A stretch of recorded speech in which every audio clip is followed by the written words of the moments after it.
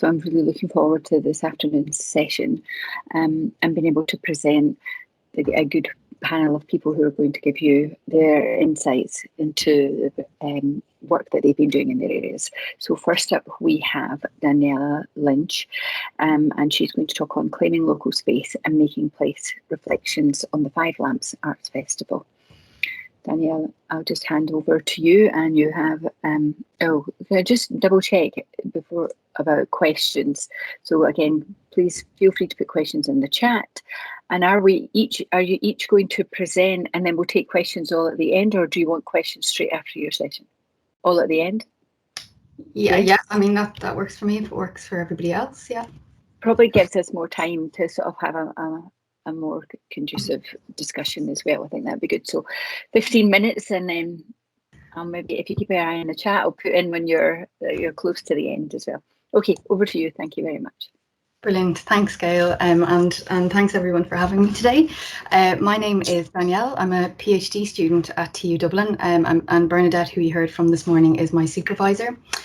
So this morning, I'm really pleased to present some early findings from a qualitative case study conducted as part of my own thesis research. So I'll be presenting data collected between around about February and October last year from the Five Lamps Arts Festival, a local festival which takes place not far from the TU Dublin campus in Dublin's North Inner City. So some of these findings have recently been published, and I'll pop a link in the chat at the end to the paper there. But the aim of the paper here today is really to kind of unpack how place and space are sort of tightly woven into the making of this festival, with a focus on analysis of the work that it's involved in commissioning. So while David kind of took us from neighbourhood and Bernadette took us to city, I'm bringing us zooming in past David into kind of a focus on the connection between the festivals, the work, and the commissioning or the creation of the work. So I will just start by introducing some of the kind of key literatures, and then move on to the case study and the commissioned works. And given the focus of the gathering today to consider, what the future holds for festivals post-pandemic, I offer a brief reflection at the end as to why the kind of festival making practices presented here in terms of engagement with place are likely to only intensify or strengthen post-pandemic. And just before I go into the literature, I just want to, I think I saw Roisin there, who's the director of the festival, which I'm really pleased to see here today. So I'm delighted to present some of these findings with Roisin in the room there. So there are lack of studies that explore the process of artistic production in a festival context and how space and place kind of informs these processes. So looking for ways to dig into some of this, Denzer and Sumer Tojo note that an often overlooked dimension of festivals is analysis of the artistic activity, the intentions of its creators, and the specific circumstances underpinning the creation of artistic work, which, if examined, could aid in better understanding how space and place influence festival making practices. So this is notwithstanding recent work from Peter Merrington in 2016 and Finnish scholar Joanna Tukkanen in 2020, who have both explored not just the final artistic works created in a festival context, but the process of its creation and how works are often informed by and produced in response to the locale in which they're situated. The literatures on the geographies of artistic production from authors such as Harriet Hawkins and Canton Morris have also proved useful. So they argue that a key strength of geographical literature on artistic production is to reveal greater understandings about how work is produced and how it's sensitive to social and spatial contexts. So while the case study here today that I'm presenting focuses on a very particular single locale, it is important to note, I suppose, that my work is very much in line with Doreen Massey and relational approaches in human geography and that kind of porous and emerging nature of place. But together, the literatures here provided me with the inspiration to ask questions like, how do festival makers think about spaces and places in the city when they're producing work? How then does that work encourage people to engage with local spaces and places? And how, in this case, a very particular urban context with all of its kind of sedimented histories and landscapes influence the work produced for the festival, or does it? And what I've found here is that local spaces and places appear to be something that sort of underpins and propels the vision of this festival forward, almost acting as a thread which holds the festival together. So to give you some context to the case study and the location, the Five Lamps Arts Festival is a multidisciplinary arts festival. Traditionally takes place in springtime. and it's coming up in April. Again, in terms of scale, before the pandemic, the festival had approximately 50 activities featured in the 2019 programme, in what I suppose we could consider a normal year. It's situated in Dublin's north inner city, not far, as I said, from the TU campus, in a very specific type of place. The area has quite a diverse population. It has experienced challenges around about social economic issues, and it's often perceived poorly in media. They often pick up on the negative aspects of this area. Equally, however, the area is one that's really rich in history and heritage. It's home to several cultural institutions, including the Abbey Theatre, Ireland's National Theatre, and it's really well known for its literary giants, including, you know, the likes of James Joyce, Bram Stoker, and Brendan Behan, all of whom are often referenced in some of the work that the festival produces. So the area is bordered by the Liffey, as you can see here on the right, which runs through Dublin and pours out into Dublin Bay. And really the docklands have played a formative role in shaping the landscape and the lives of generations of people living here. However, since the 1960s and the introduction of containerisation, it has underwent a lot of redevelopment and change. And it's now home to kind of Ireland's financial district, and several large technology companies have offices here. So there is a real tension, even kind of spatially, in the landscape between what you might deem the old and the new built environment. And these tensions often manifest in the work produced by the festival. So analysis of the past programmes here illustrate, I suppose, how the festival defines itself both geographically and artistically. Its primary focus is to draw upon the Five Lamps landmark and surrounding community to showcase a range of art forms, including literature, dance, music, visual art and theatre. And the emblem or the logo of the festival, as you can see here in the image, is derived from a landmark structure that sits at the central point of 5 different roads and communities in the area, hence the name, the Five Lamps. So when I started collecting data, I set about kind of collecting evidence to understand how ideas of place materialise in the programming of this festival. I closely observed its planning with Roisin and the team over a 4-month period, and I was privy to kind of conversations between organisations and artists and collaborators. And when I found that, what I found was that work is selected for the programme in a variety of ways.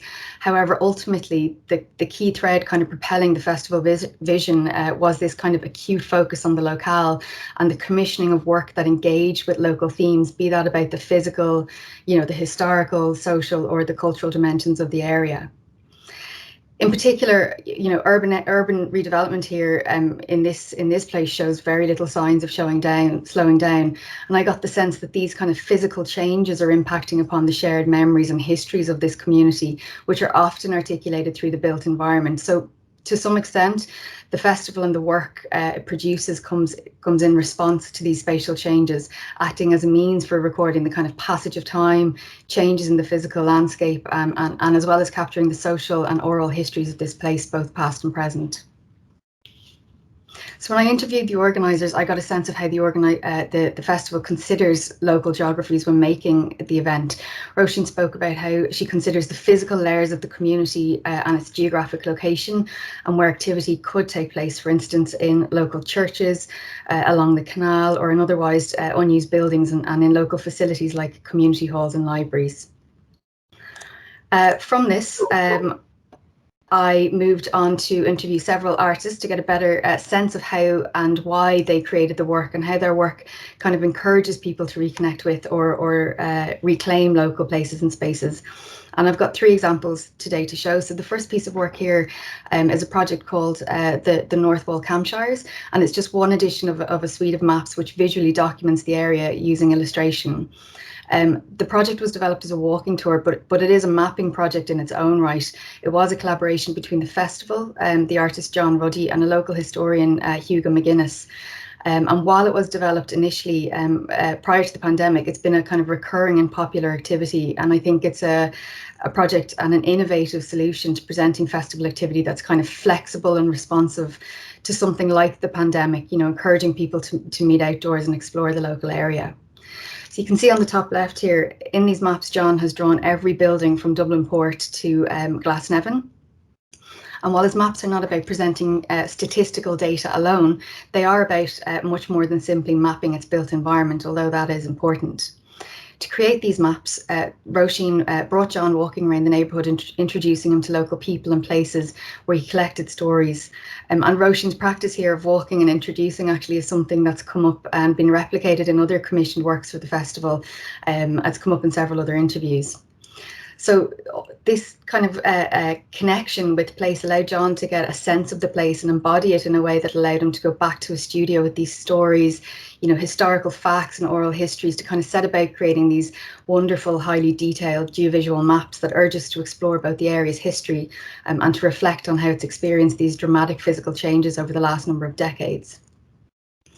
And I suppose it's because of the festival's active involvement in producing this work that the mapping project feels like a very raw, authentic and local interpretation of place, if you will. That's the kind of culmination of these stories about buildings and the landscape of the docklands and residential areas.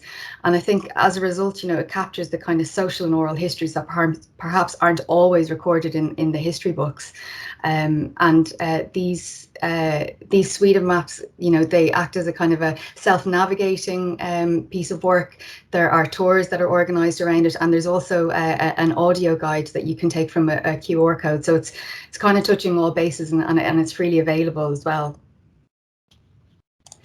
The second quite different element of programming is an exhibition helpfully titled Palimpsest. And this exhibition showcased the work of 3 professional female artists. The title for this exhibition came from the writer Ingrid Lyons, who it was commissioned to contextualise and bring together the curated works. So all 3 works engage with the local place in very different ways through very different mediums. Lara Pittman's work here on the right involved a series of narratives and mapping exercises of women who weren't born locally, and the participants physically walked to different locations, providing stories about their experiences of living and working here, and it was presented in a multimedia format. Rebecca Kyo's drawings on the left suggest a very specific narrative of the local place, depicting a shopkeeper and other recognisable places drawn from photographic material. Meanwhile, Catherine's work in the centre provides quite an abstract and very tangible representation that sort of draws out the physical and spatial layers of this area and its topography along the River Liffey.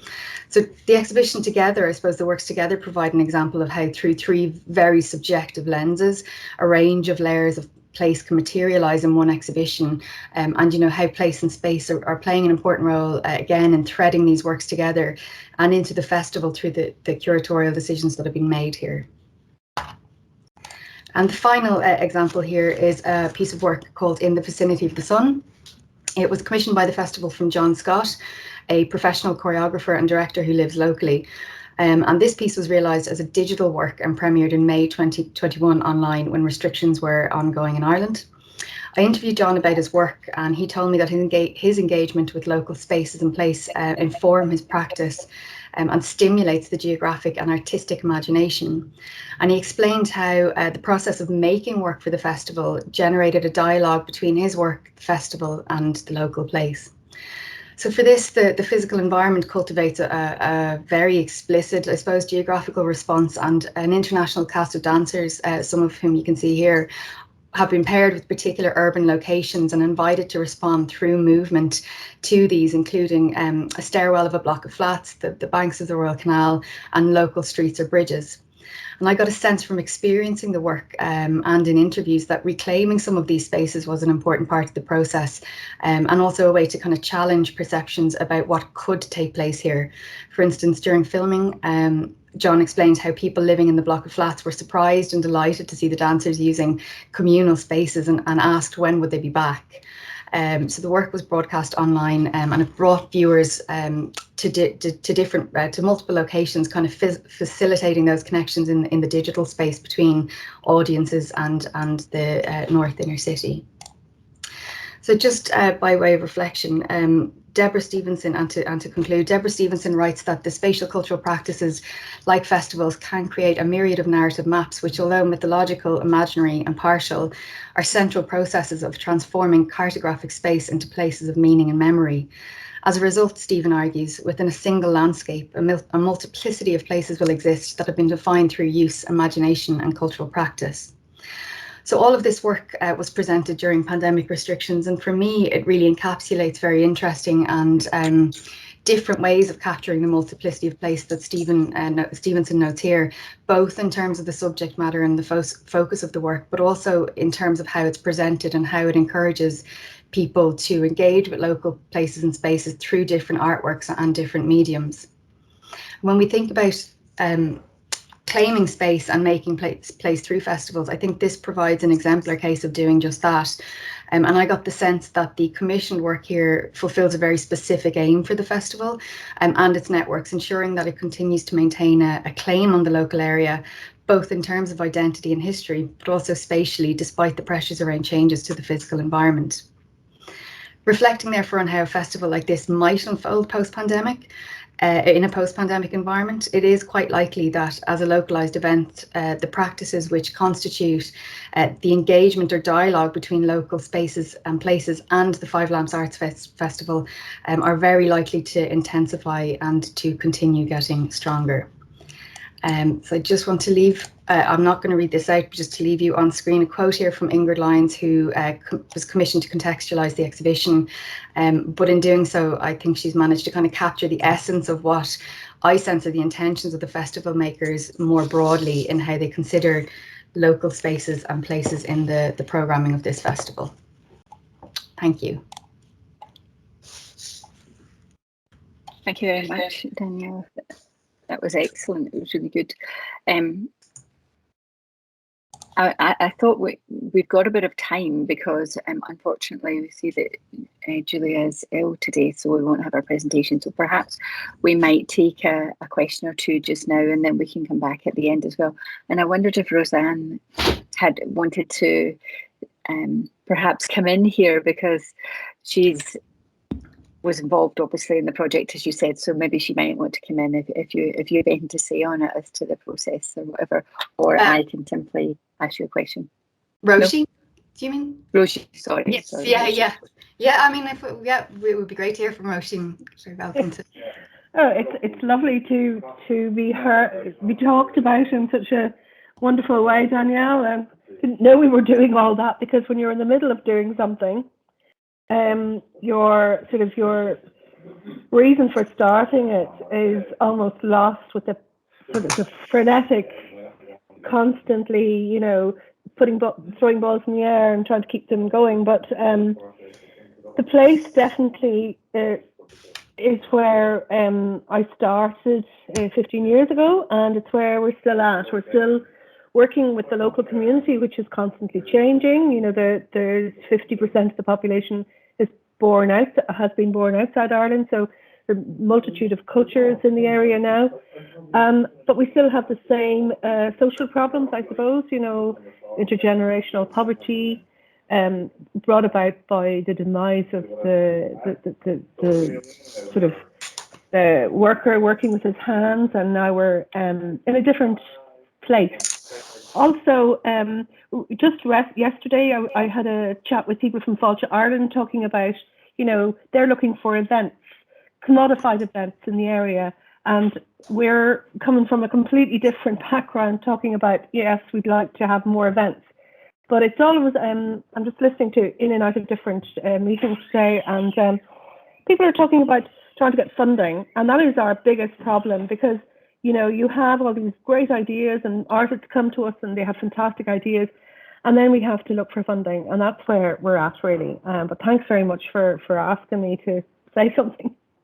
Thanks, Roisin. Yeah, I think funding's a challenging perennial issue and there is that, the different kind of competing agendas between the artistic and the cultural, social, and then the tourism focus as well. There are real tensions that exist there. I think that came up in Christina's presentation this morning as well. I think Kenneth is saying this, kinds of funding needs to be looked at.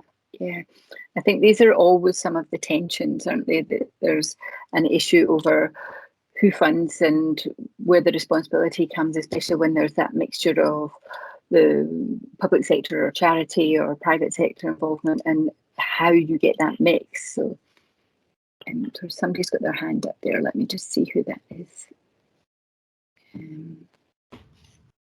Teresa.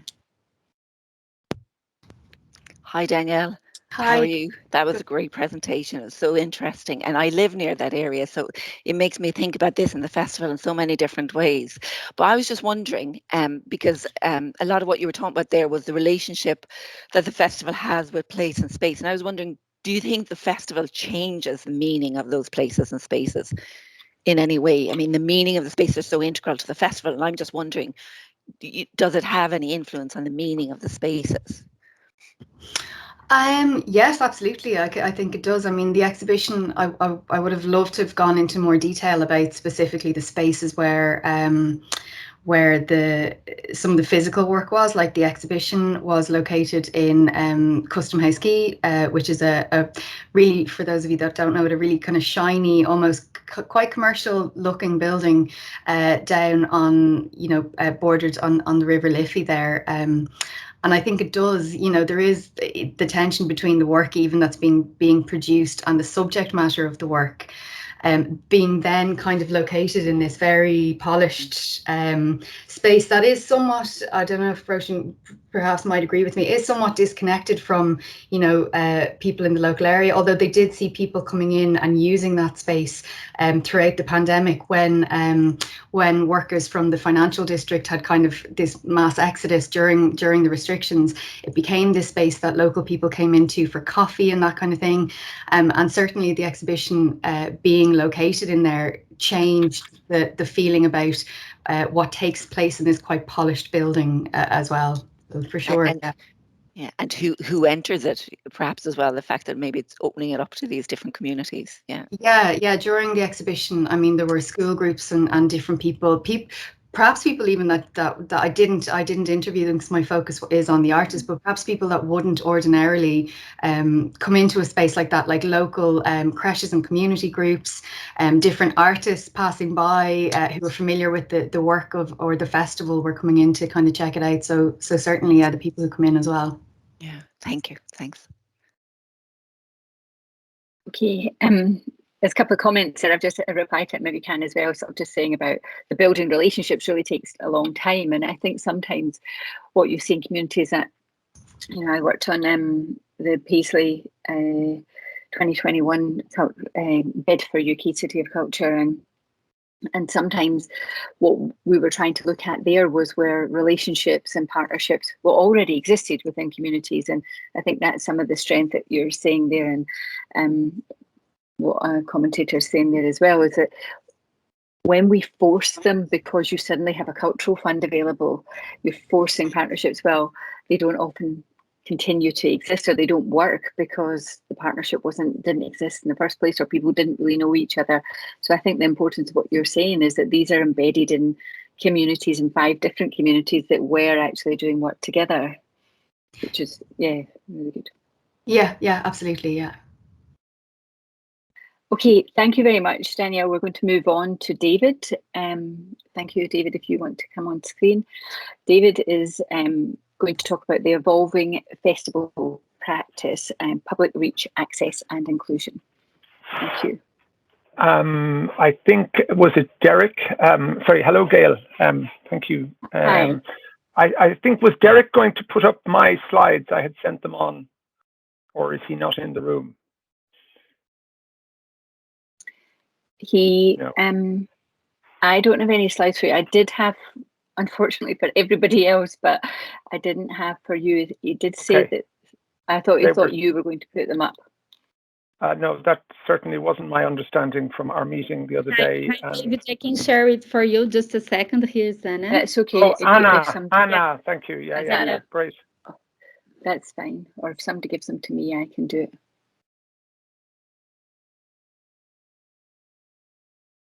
I'm very unfamiliar with this Teams package. That's okay.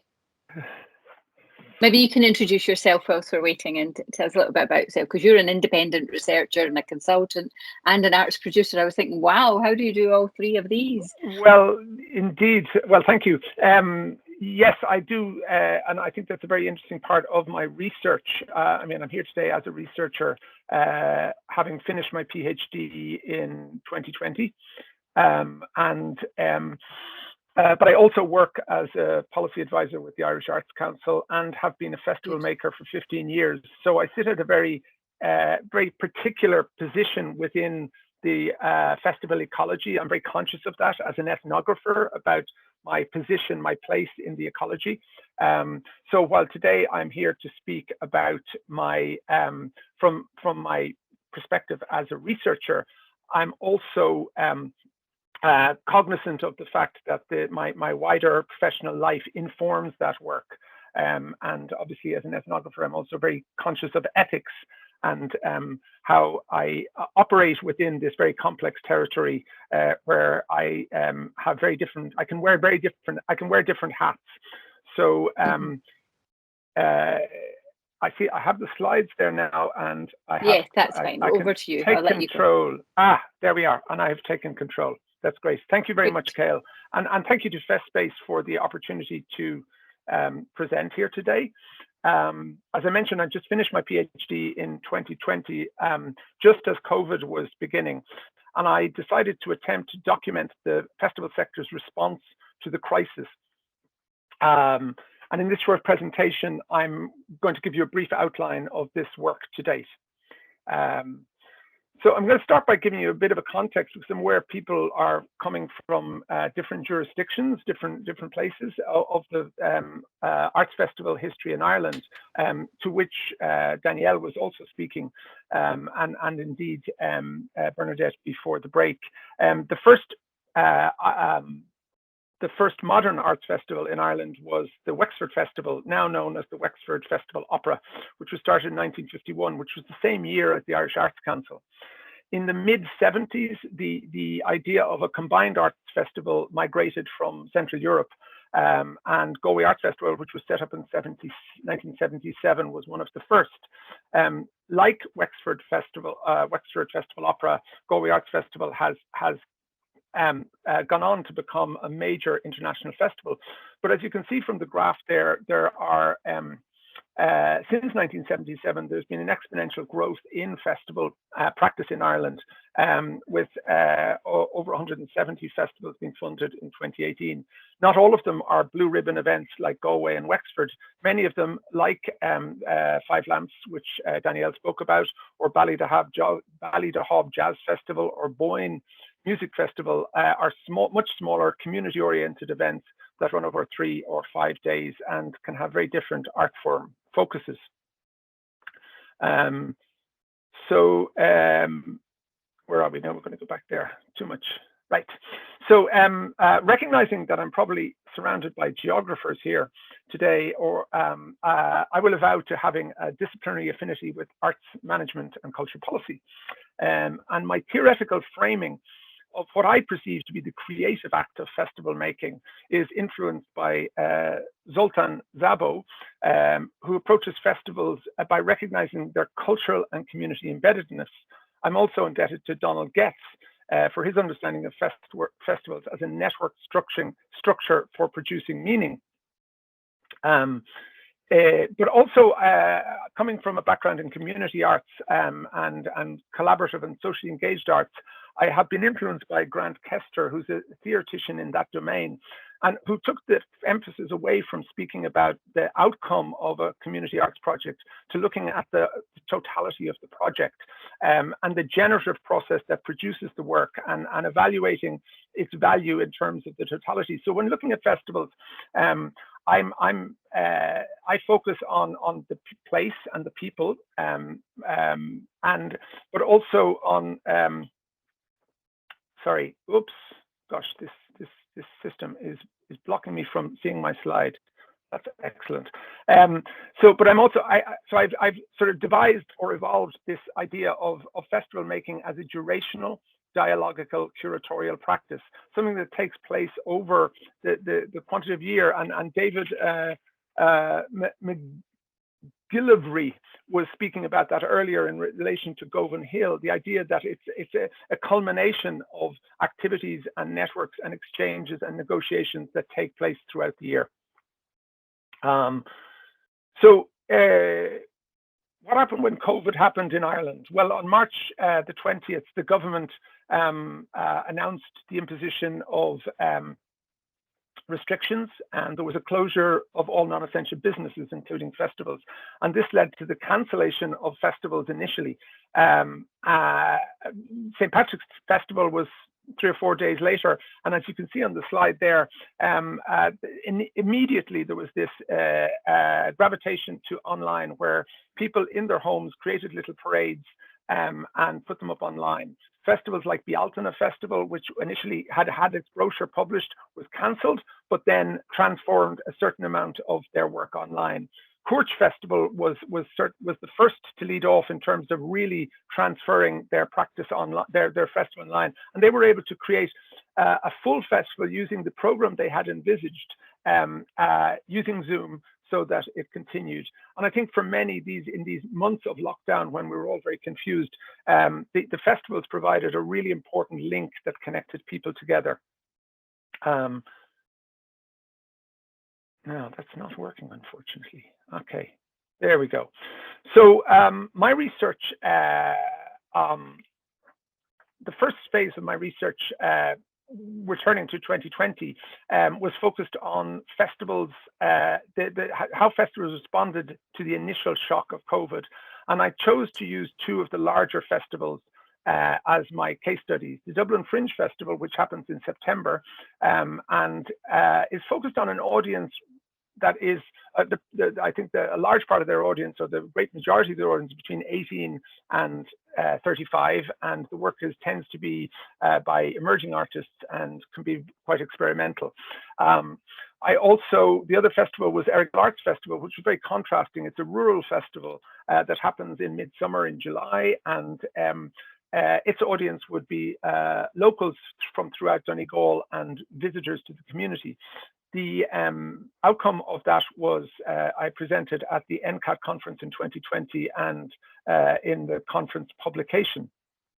The next tranche of research took place in spring of 2021 as festivals were preparing for their new season. This focused on Dublin Dance Festival and Carlow Arts Festival, both similar scale to the other 2 festivals that would have been larger festivals, and both of which have delivered they had both delivered their iteration in 2020, early in COVID, and it was a fully online festival. And they were attempting to sort of digest the experience of that and plan for 2021 in the face of still ongoing insecurities. The findings from that research were published in the Irish Journal of Arts Management and Cultural Policy. So that takes me up to where I am today, and my current research is looking at the festivals in 2021, their delivery, and the planning for 2022. And for this, I've returned to Errigal Arts Festival and Dublin Fringe Festival. Responding to the Festspace mission in this presentation, I'm going to focus on these 2 festivals and their in relation to public realm and inclusion.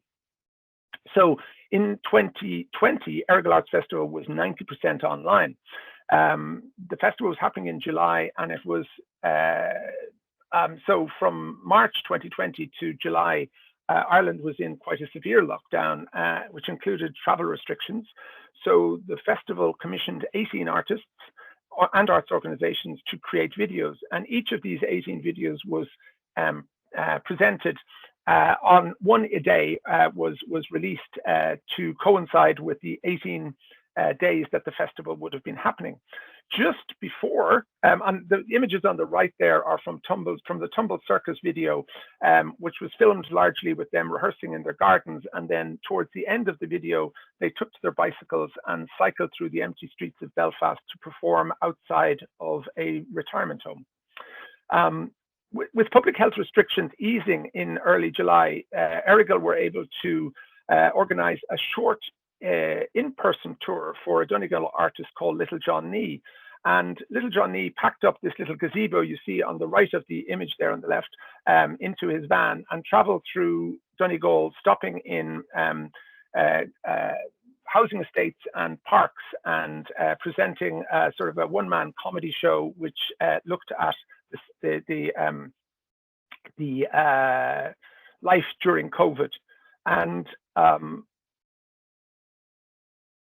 Paul Brown, reflecting on this time, was very much of the opinion that this was the digital was an interim stopgap for the festival, and that they would be returning to live in 2021.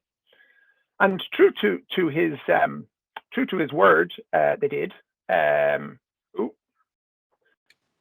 True to his word, they did. 80% of the festival in 2021 was live, and we saw this. But they were kind of recognized that while they wanted to be live, people were still very nervous of the indoors. So they focused on delivering work outside, and which I think is rather interesting evolution, in that they married the idea of Tumble Circus cycling to the retirement home with the Little John Nee idea of the festival tour, and invited Tumble Circus to do a cycle tour through Donegal, stopping at in parks and on beaches and esplanades and housing estates, and performing acrobatics as part of the festival.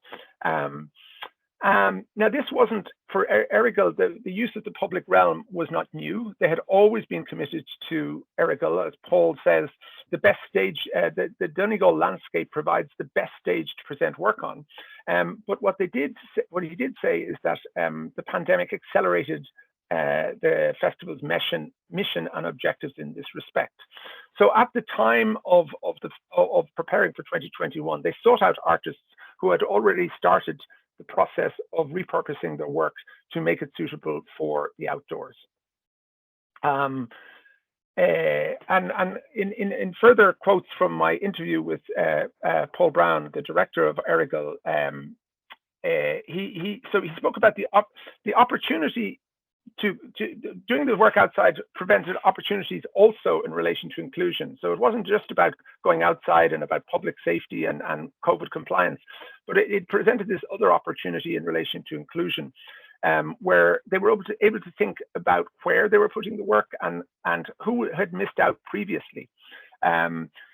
So they said that they wanted, sitting in the office, they were talking about bringing work to people's front doors, and in the big telly theatre company from Coleraine, they were able to do just that in this show, Right Up Your Street. It was also been part of the planning pre-COVID, this inclusivity. But so they were looking to take advantage of this moment in time to think about accessibility, both in terms of geography and physicality. And in the picture there, the other picture on the lower picture of Eru Dance Youth Ensemble, this was a young dance company that the festival are helping to develop, and they actually presented their work on a beach with the audience sitting on the sand dunes. And this is on the island of Tory, where there would be very little by way of professional arts practices. So again, the opportunity to go outside and the opportunity to widen the access inclusion of the festival, both were wrapped into each other during this time. So moving on to Dublin Fringe Festival. In 2019, they presented over 90 shows, the majority of these being in theatre and performance spaces. So with the public health restrictions that were at best limiting audiences in September 2020, the festival chose to introduce a new strand, which they called the remote art experiences. Unlike Errigal Arts Festival, Dublin Fringe Festival did not consider broadcasting pre-recorded work. And as the festival director, Ruth McGowan, stated, they were looking for every piece of work to have an element of a shared experience for the audience. And that was about sharing in time, as in the Dan Colley and Fiona Gygax's piece 2050, in which the artists were alone in a theatre in Dublin, but the audience were present on the audience of 25 for each show were all present in the auditorium for the artists and for each other on the Zoom screen. And then, but they also had other works that were more like 1,000 Miniature Meadows, which was by Shanna May Breen and Luke Casserly, where the person purchasing a ticket for the show received in the mail an envelope which had some wildflower seeds in it and instructions for a download of an audio. And you took your seeds and your audio and you went out into the nature near you and you planted, you listened to the audio and which gave you instructions to plant your flowers. Those flowers would then bloom the following spring. So this was a process about bringing people together in an imaginal coming together rather than in the here and now. Heading into 2021, Dublin Fringe Festival, as were Errigal Arts Festival, were sort of conscious about people's nervousness. And while they did bring some work back into the theatre, they also wanted to make convivial spaces for people outdoors. And the image on the left is the audience seated at tables in Dublin Castle, where they got picnic benches rather than chairs, because they wanted to create this sense of people sitting together and facing each other where conversation could happen. So McGowan spoke about the challenge they had of hosting people when everyone has to be far apart. So a challenge of trying to create community without proximity. So they also sustained the remote art experience strand. The piece that Maya Nunes created, one of the 3 pieces in a series of audios called Speak Softly, Go Far, that was created by Fringe in collaboration with the Abbey Theatre in Dublin. And I happened to listen to this piece when I was in the Derrimilla Bog in Connemara. At the time, I was attending the Clifton Arts Festival, which is near where the bog is placed. And I wanted to see the John Gerard art piece, which is the little square box you can see in the back, which was a part of the Galway Arts Festival. And I had this extraordinary moment, because the piece was absolutely wonderful and very well suited to walking and indeed dancing through the bog, as it invited one to participate in a rather so it was a very, very suitable location. But I had this moment of feeling of attending, in a way, attending 3 festivals at the same time, this sort of conflated festival attending, which was very new to me and poses some interesting questions in relation to what a festival is in the modern day. The idea of the remote art experience, I questioned McGowan about whether they would be continuing this now that we're moving out of the pandemic. And she said that there was an absolute commitment on behalf of Dublin Fringe to do so, because the artists who were creating this work had been there before the pandemic, but the pandemic had afforded them a spotlight, and that the festival were very committed to sustaining the relationship with these artists. But rather interestingly, also, the Dublin Fringe is doing a 5-year plan at the moment, and they're looking at their audience that will be coming to the Fringe in 2026. And as they're a rather young audience, they're looking at what the 16-year-olds today are, how they're experiencing their work. And I mean, McGowan's idea was that the internet is the gateway through which this audience meet everything that they care about. And so Fringe, in order to connect with them and be meaningful to them, will be sustaining this and growing their knowledge of working in this field.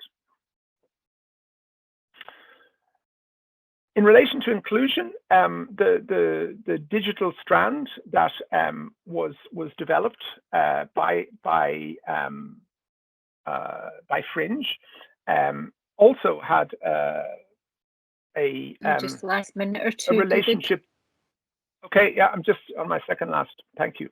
So the live stream work, McGowan commented that while live stream work sold less, it was much slower to sell, and the numbers for it were very small. That she was clear that numbers don't tell the whole story, because for the at-home audiences, the the at-home audiences remain really important to the people who they're important to. And a comment from one of the she related a comment she had got, or feedback she had got from somebody who said, "Please don't forget about me. I loved being at the festival. I've loved being part of the festival in a way that I couldn't before." So there's a sense in which both the work of Errigal Arts Festival and Fringe in adapting to accommodate the pandemic have discovered these new public realms, work that they've been doing before, but they've expanded into, and that they have also, in doing that, they've managed to further their inclusion commitment.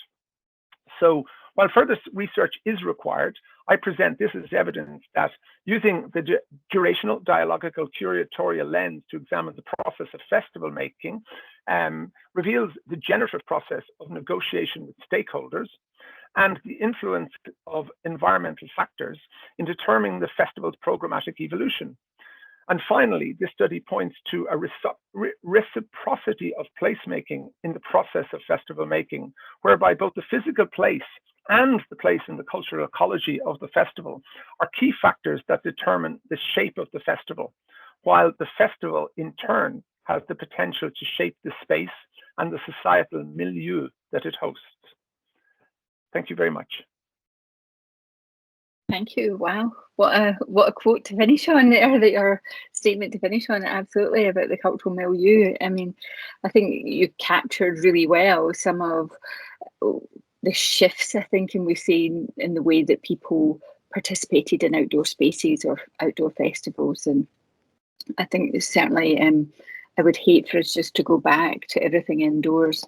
And I think that way of reaching out, and whether these made them more accessible or not, is really making people look and think we can do things differently, and there's things that was the positive from that may stay.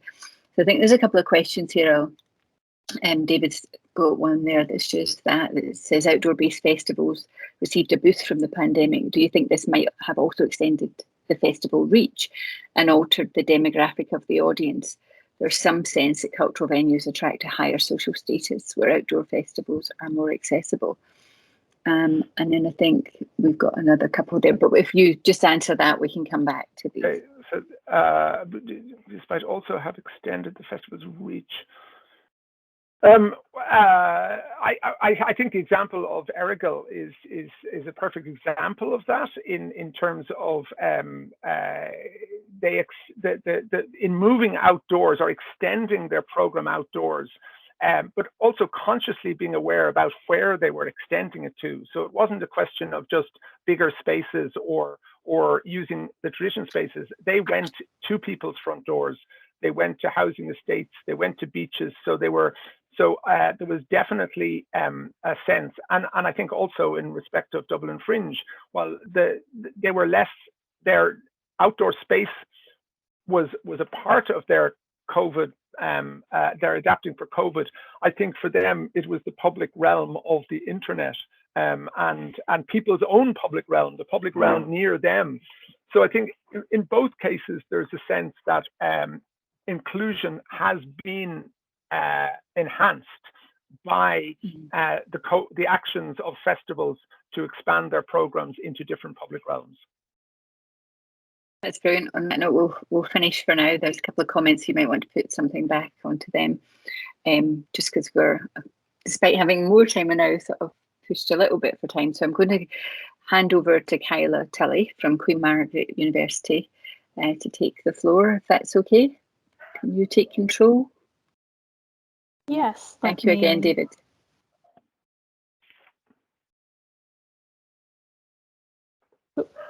Okay.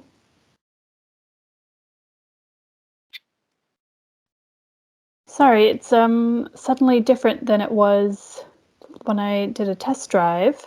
Yeah, how can we help? Does it maybe need you to take control? Yeah, I thought I was. One moment. Stop sharing. All right, let's try that again. I can share for you, Tyler, if you want.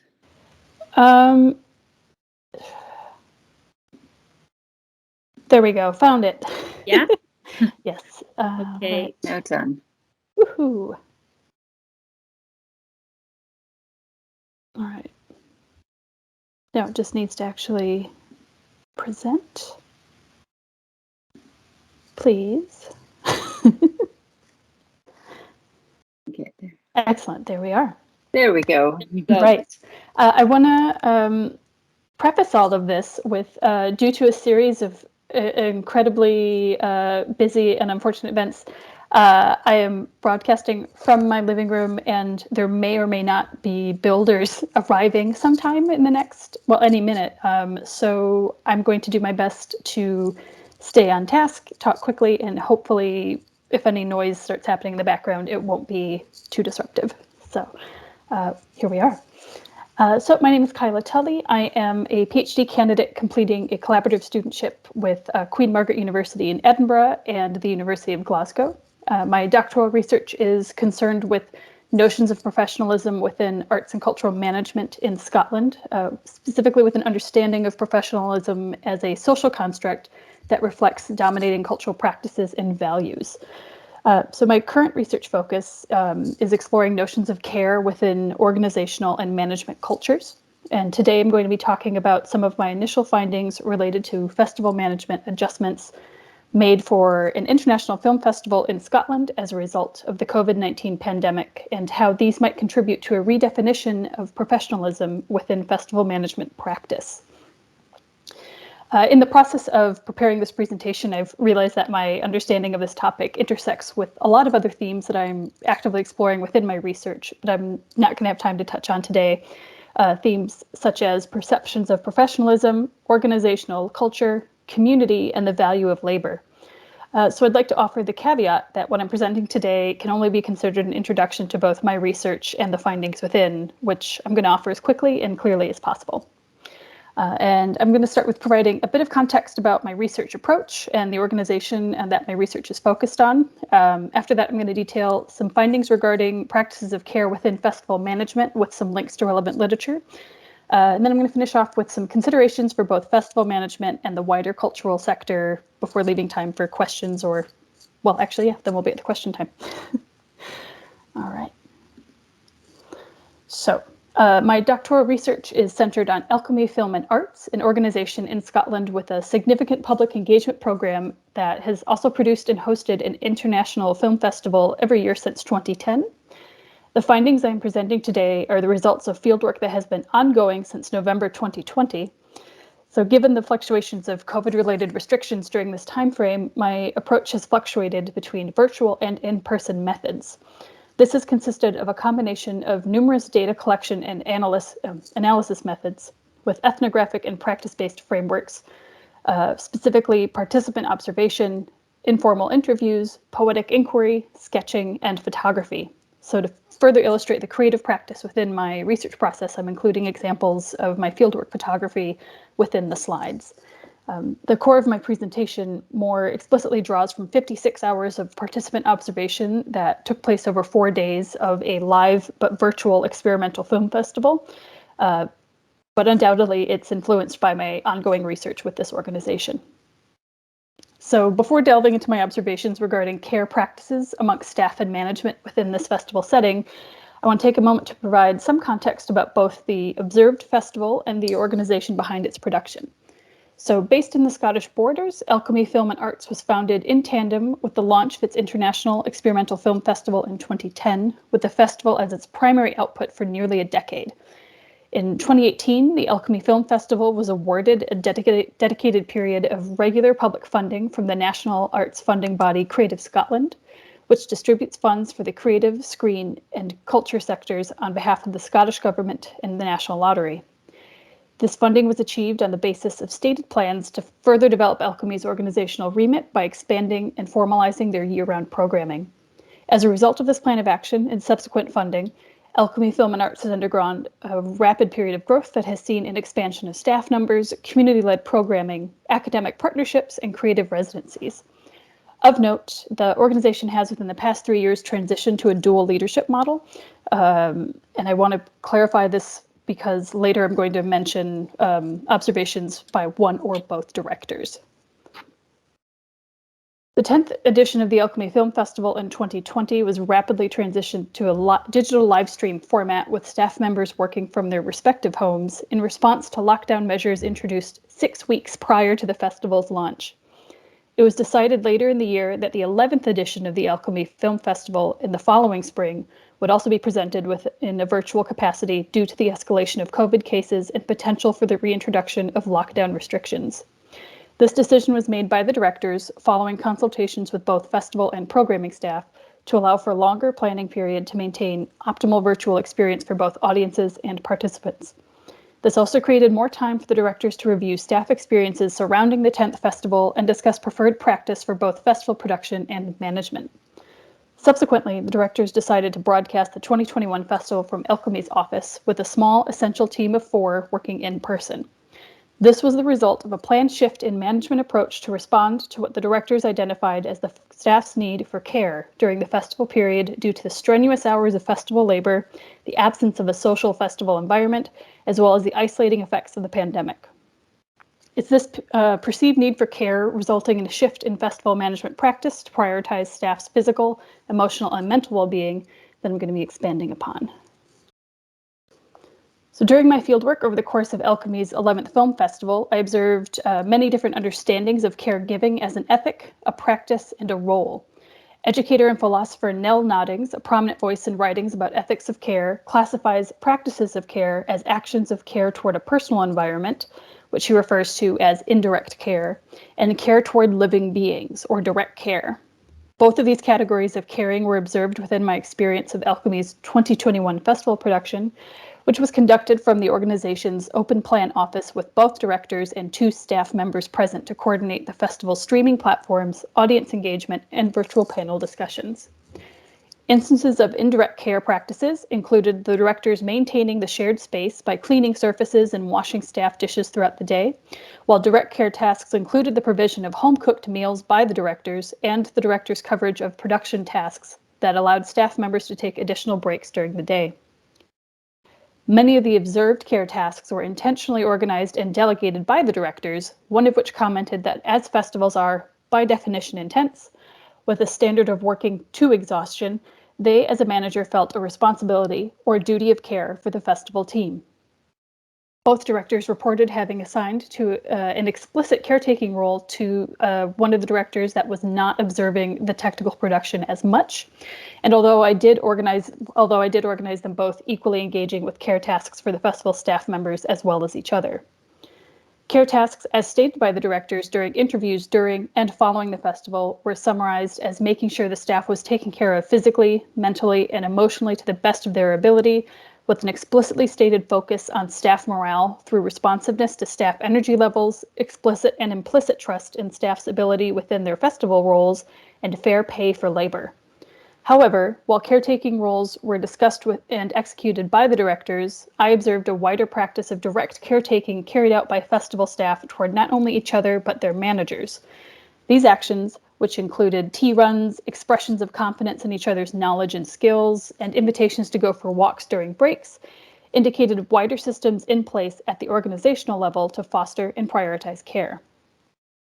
This combination of both explicit and implicit valuation of care by Alchemy Film Festival's management and staff align with what ethics researcher Maurice Hemington refers to as a caring culture, which he correlates with an organizational investment in collective learning and continual improvement within both relational and environmental contexts. However, this idea of care as a central part of organizational structures and management systems contradicts Noddings' assertion that the incorporation of practice of care within the workplace requires deprofessionalization or a shift away from professional standards.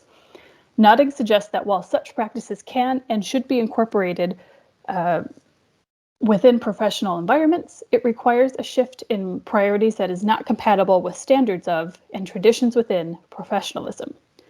While in this moment, I can't delve too deeply into the tensions that I'm presenting. I want to briefly challenge this perspective, as my understanding of professionalization and professionalism is informed by Anne Cunliffe's writings on management, which equates the idea of the professional as a domination of a cultural norm. So looking specifically at a film festival, this would mean that a festival might be considered to be of professional quality if it adjusts to meet the standards accepted by the intersections of film, management, and festival sectors, amongst other sociocultural standards. So this begs the question, can the incorporation of care within professional practice be encouraged and shift, if not reinvent, our collective understanding of professionalism within festival management to include practices of care? So in discussing the possibility of standardization of care practices within festival management, it is important to consider the potential negative side effects of care as an explicit managerial practice and the context within which my stated observations of care were made. Of particular concern is the burden of caring. While I have not gone into detail regarding the specifics of observed caring practices, it's notable that a significant quantity of the observed caring tasks were taken on by Alchemy's directors. While I personally observed that directors often prioritize the needs of the festival staff over their own, for example, taking over additional job roles so staff could take longer breaks and preparing staff meals outside of their already extensive and intensive work hours, they were very open and intentional about their self-sacrifice. So in their expression of feeling a duty of care towards staff well-being, one director expressed discomfort about the intensity of the hours and workload expected of festival staff, and a preference to take on tasks themselves that allowed staff more time for rest, despite the impact of their own workload and personal well-being. So this care for others at the expense of the self is a common concern within literature regarding ethics of care, and this particular dynamic is reflected by feminist theory and leadership research, Christina Hughes, who found that managers dedicated to caring are quick to take on additional responsibilities to lessen the impact on others, and as a result often fail to care for themselves. It is therefore important to consider that the implementation or encouragement of care practices within festival management, that care for the self must hold at equal importance. And I'm aware that the suggestion of professional prioritization within care practice could come across as flippant, and I want to acknowledge that difficulty that some groups may have in not engaging in self-sacrificial care.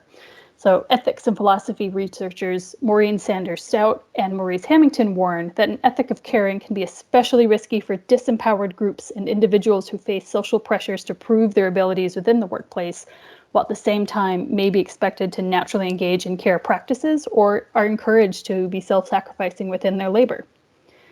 These points are also important to take into account, especially considering the precarity of stable employment within the creative and cultural sectors, as evidenced by the evaporation of industry-related jobs over the course of the pandemic as a result of mass closures and virtual adaptations.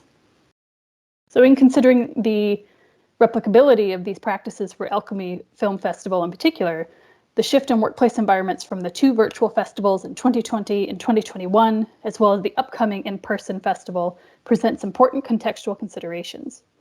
A significant aspect of the observed care practices within Alchemy's 2021 Film Festival was that the festival staff and management were in a central, singular location. So indeed, the decision to do so was to facilitate caring practices that were unable to be conducted with staff members working from home. However, as Alchemy's upcoming 12th Film Festival in 2022 will be conducted in person, this reintroduces similar limitations on staff and management interactions as festival production and administration return to span across multiple venues. This not only creates a significantly larger environment to engage with indirect care tasks, but also translates to fewer opportunities to engage with direct practices of care for others within festival staff and management. This is all complicated, of course, by the additional opportunities of care tasks from the influx of in-person festival participants and audiences, as well as the emotional unknowns that coincide with the return of an in-person cultural event, such as a festival, following 2 years of varying pandemic-related restrictions. So while the pandemic provided space to review potential changes to policy and management practice that might rectify this vulnerability, the return of in-person events and the revival of the affiliated workforce presents an opportune moment to reflect on adjustments to management practices that may counteract the devaluation of creative and cultural workers by placing an ethics of care on par with or above productivity. Given the largely malleable classifications of tasks, practices, and structures as being within the remit of care or caring, it is unlikely anything more concrete than general guidelines or frameworks might be articulated in adopting an ethics of care to festival management. However, festival managers and sector leaders can look to the practices that are already within existing management and organizational structures and reflect on areas where care might be further implemented or fostered.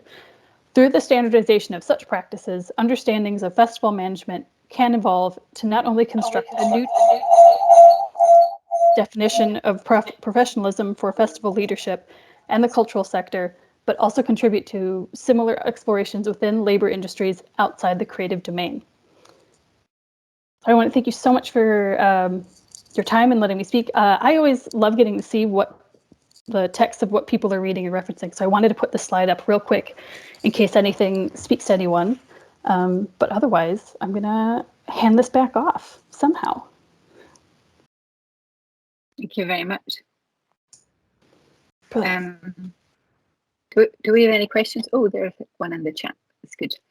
So we have, it strikes me that there is such a high level of care would require stability in the manager's life and not easy to take care for others when pressed by financial, family demands and other pressure. Does this mean that people who are more vulnerable because of these pressures, usually migrants, women, etc., are less likely to embrace such careers? Kyla. I have found that this is a recent frequent conversation, especially as kind of conversations about diversity, inclusion, and equity come up, that, yeah, I don't want to like claim that my research is discovering that like women and other disempowered groups, and especially caregivers and parents, are having like an easy time climbing career ladders or anything like that. So I would argue that because of the deprioritization of care within both management and I would say just the general workforce, this does limit kind of, especially anyone with caretaking roles, access to such positions. So it is of note that neither director and they for this organization, and they've commented and acknowledged this, have children or caretaking roles outside of this, so they can dedicate much more to their team. Whereas, most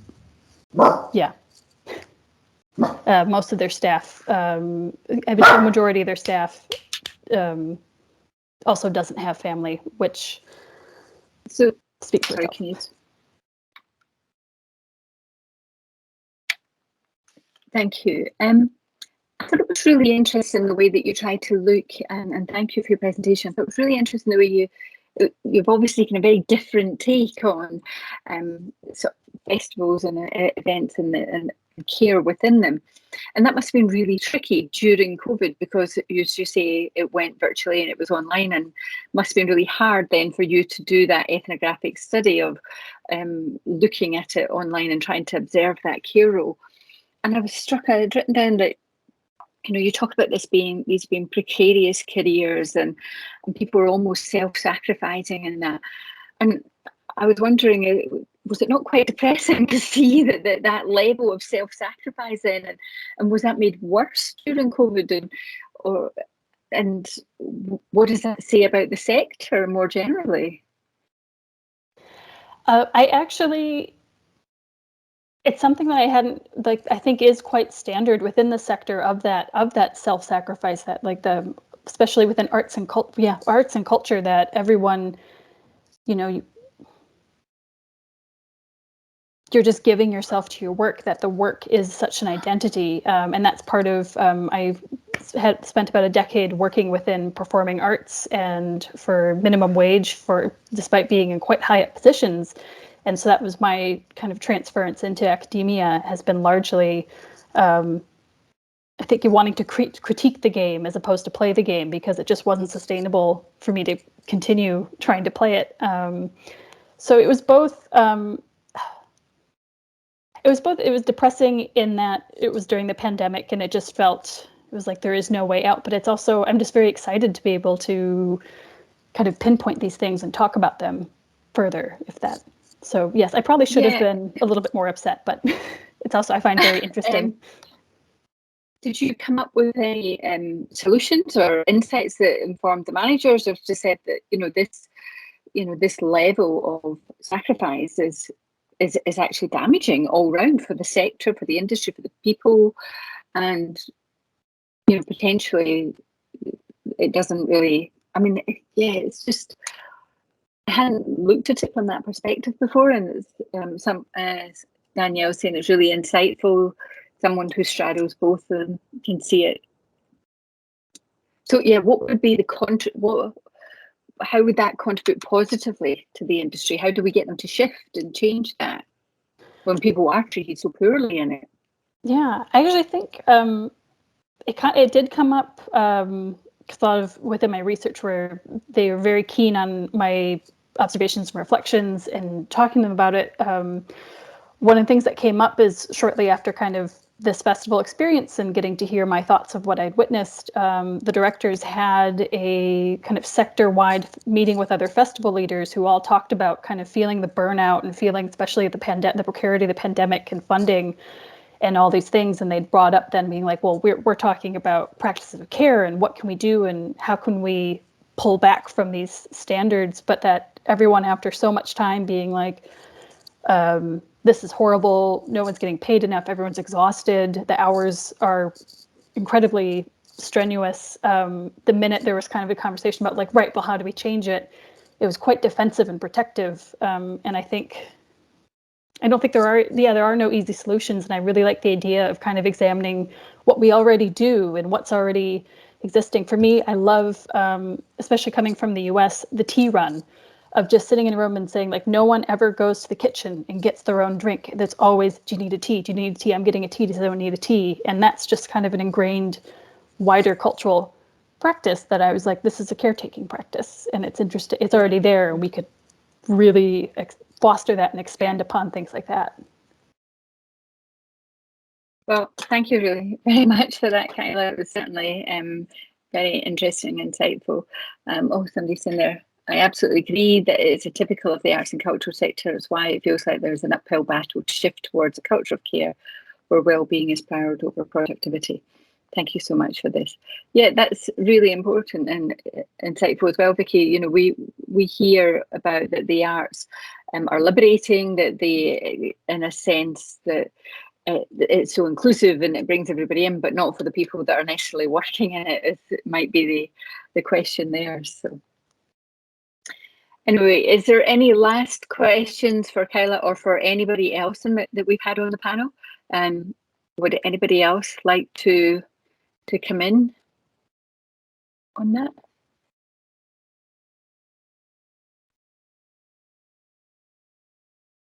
You just said it would be fantastic to have a space to talk about the culture of care in Ireland, as it's so important and not spoken enough about.